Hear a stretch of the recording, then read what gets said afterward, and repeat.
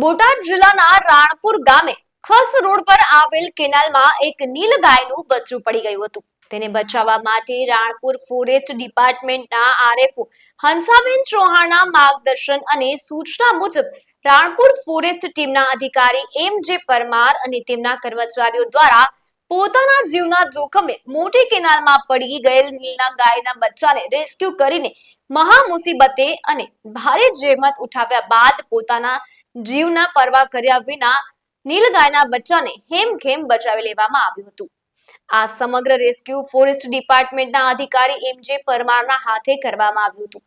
Forest ડિપાર્ટમેન્ટની આ કામગીરીએ એક માનવતાનું ઉત્તમ ઉદાહરણ પૂરું પાડ્યું છે અને અબોલ પશુ પ્રત્યેનો એક પ્રેમ દર્શાવ્યો છે. તેમના આ કામને સમગ્ર રાણપુર શહેરની પ્રજાએ બિરદાવ્યું છે.